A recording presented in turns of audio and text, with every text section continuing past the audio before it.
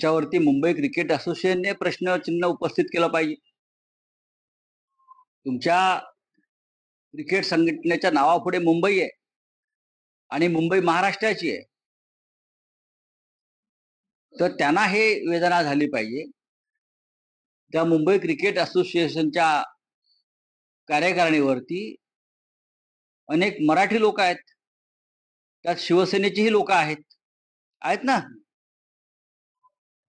त्या शिवसैनिक सुद्धा जसं मी समजतो, त्यांनी आक्षेप घ्यायला पाहिजे होता की मुंबईमध्ये क्रिकेटपटूंचं आगमन होत आहे. रोहित शर्मा हा मुंबईचा खेळाडू आहे माझ्या माहितीप्रमाणे. मला क्रिकेटमधलं फार ज्ञान नाही, पण बोरिवलीतला आहे तो.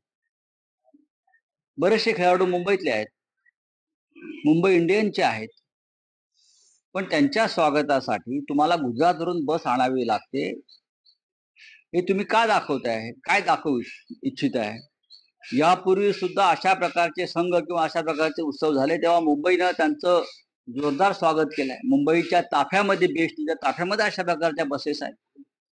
जर नसती तर बनवून घेतली असते का रात्रीमध्ये? एवढी मुंबईची क्षमता आहे. पण खास गुजरातवरून बस पाठवण्यात आली. म्हणजे गुजरात आहे म्हणून देश आहे हे दाखवताय का? की सबकुच गुजरात. बनारसमध्ये मोदी यांना जो पराभवाचा सामना म्हणत नाही, पण जो निसटता विजय त्यांना मिळाला आणि पराभव होता होता वाचला, तो ह्यामुळे वाराणसी मधली सगळे ठेकेदारी गुजरातच्या लोकांच्या हातामध्ये. माझा प्रश्न संपलेला नाही, उत्तर संपलेलं नाही.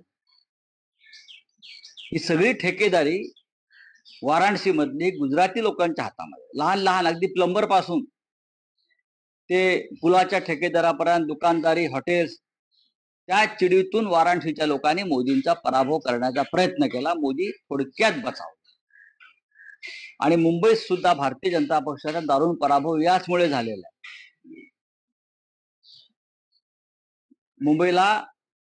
मुंबई ह्या देशाची